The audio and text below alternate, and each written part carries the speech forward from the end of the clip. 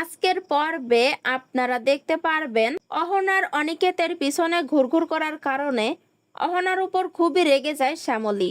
কিছুতে রাগটা কন্ট্রোল করতে পারছে না। দেখা যায় একটা ঘরের মধ্যে আছে শ্যামলী, ঠাম্মি, পিয়া, রোহিণী আর মন্দার।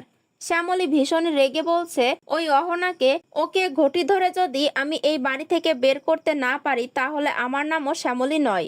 এরপরে মন্দারের সামনে গিয়ে বলে দে। মন্দার বলে কি দেব? শ্যামলী বলে তোর বন্দুকটা। শ্যামলীর মুখে এই কথা শুনে মন্দার, রোহিণী, পিয়া, ঠাম্মি ভীষণই চমকে যায়। মন্দার অসহায় ভাবে শ্যামলীর দিকে তাকিয়ে আছে। তখন শ্যামলী রাগ দেখিয়ে বলে কি রে, দে, আমি আজ তোর ওই বন্দুক দিয়ে অহনার মাথাটা উড়িয়ে দেব। ওকে আমি স্যারের জীবন থেকে বের করেই ছাড়বো। শ্যামলী ভীষণে রেগে যায়। এরপরে ঠাম্মি শ্যামলীর রাগটাকে কমানোর চেষ্টা করে।